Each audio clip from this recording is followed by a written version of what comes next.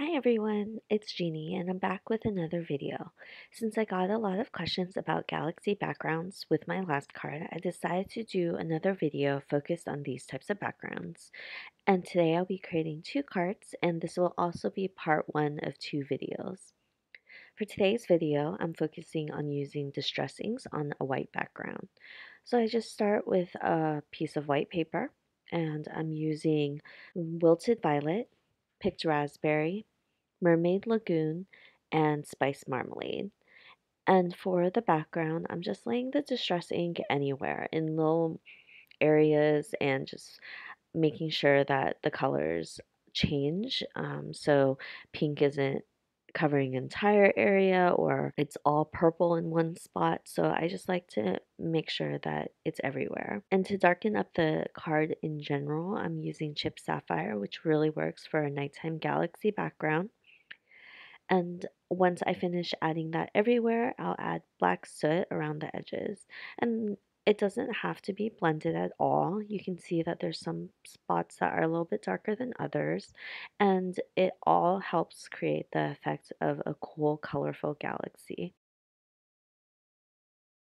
So once I finish up, I usually go over it a few times just to darken it up, depending on how dark you would want it. So for my second card, I'm using Distress Inks again, with the colors picked raspberry, twisted citron, spice marmalade, and mustard seed.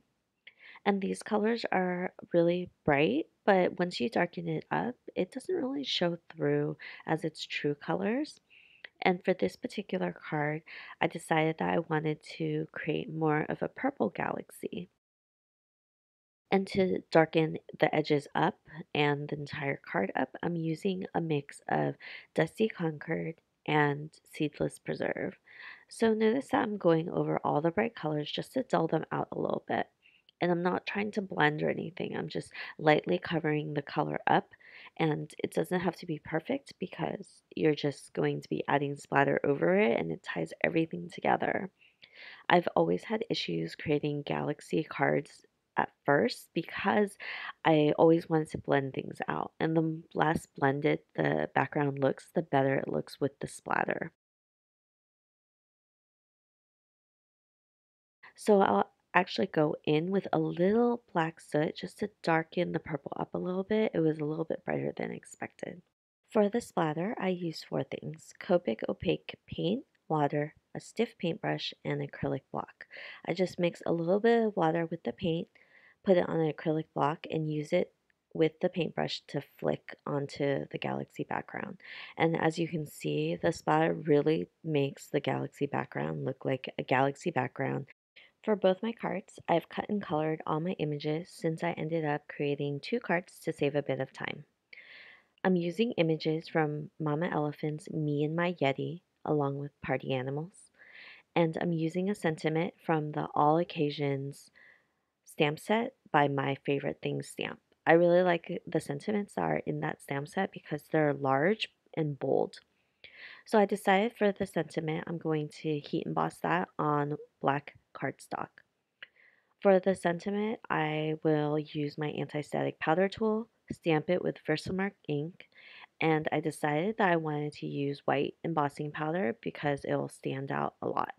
I debated between silver or gold, but I think that the white really just ties the card together, and especially with the splatter. And I'll also trim down the card later on to have a peak of white from the card base. Once I finish heat embossing this, I will trim this down. Because the Yeti image is pretty large, it takes up most of the card. So I just want this to run at the bottom of the card. The balloons and the gift is from the Party Animals set, and the Yeti is from the Me and My Yeti set. So I just arrange it in a very simple way, and once I am happy with how it'll look, I will go ahead and trim down that sentiment a little bit more since I'll be trimming the card panel on the side. So I'll go ahead and adhere that sentiment at the bottom of the card, and then I'll use Tombow Mono Mote Glue to adhere the Yeti to the cards along with the balloons that will be behind him. For the Yeti, still have to have the balloons sit behind them, so I don't adhere it directly to the card yet. It's kind of hovering above the card, so I can insert those little balloons behind him before I make sure that he's adhered to the card. And this card is so simple with that background because the background is a lot of the focus, and so you can keep everything else really simple.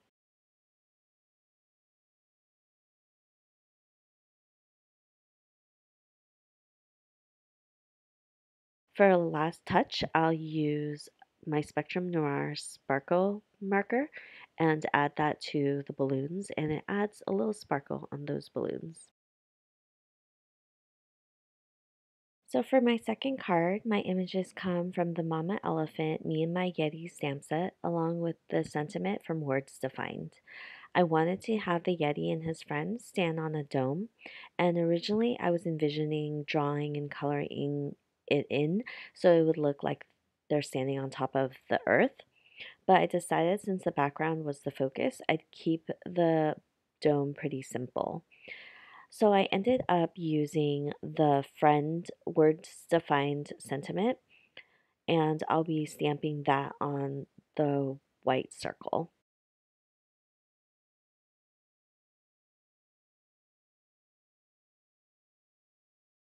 So to help me stamp this properly, I will be using my Misty, especially since this friend word was so bold. I wanted to make sure that it inked up properly. So once I decided how far I wanted the dome to sit on the card, I will trim it down. But first, I wanted to add the sentiment just to make sure that I leave enough space. So I'll go ahead and stamp the friend's sentiment in Momentum Tuxedo Black ink, and I'll have to do this a few times because the friend word is so bold, and also I haven't used this set yet, so I wanted to make sure that everything stamped nicely. For the heart, I also wanted to add it because it looked a little bit uneven, especially since I wanted it to run at the bottom of the card. So I decided to use Seedless Preserve that matched the card for the heart. So I like the effect that the words were in black, but the heart was a matching color of the Seedless Preserve. And honestly, it actually turned out a little bit darker than I had expected. I wanted that like light purple that you get when you blend on the white paper, but things happen and that's fine. So I also wanted to add the same color seedless preserve to the edges of that white dome just so everything ties together. This will tie with the galaxy background because this is the color I used for the edges. And once I have that inked up, I will trim this down. And so I always cut off less than what I originally intend in case something goes wrong or I change my mind. So I'll go back and trim that a second time. And once I'm happy with it, I will add additional ink to the bottom just so it doesn't look so strange. For me, like I like having the edges covered in the purple just so everything really ties together. So this card is basically done. I just have to adhere everything to the card panel. For the front, I'm using my ATG tape runner, and for the images, I'll be using my Tombow Mono Multi Glue. I think the glue adhesive just makes it really easy to add adhesive to the back of the images and to adhere to the card panel. It's a little bit repositionable so I can move it until I'm happy with the placement of all the images. I will also trim off the part of the circle that hangs off the card panel, and it's just a little bit, but I just want to make sure that everything is to size. So to add a finishing touch, I'm adding a little bit of shadowing underneath the Yeti's feet and the two friends. This really just helps them look grounded so they're just not floating on this random circle. These cards are complete, and I think that galaxy background really adds a special touch to any card where you can keep the images pretty simple. So, thank you for joining me today for this card, and I'll have another video with two additional galaxy background cards in about 2 weeks. So, thanks for watching, and I hope you have a great day. Bye.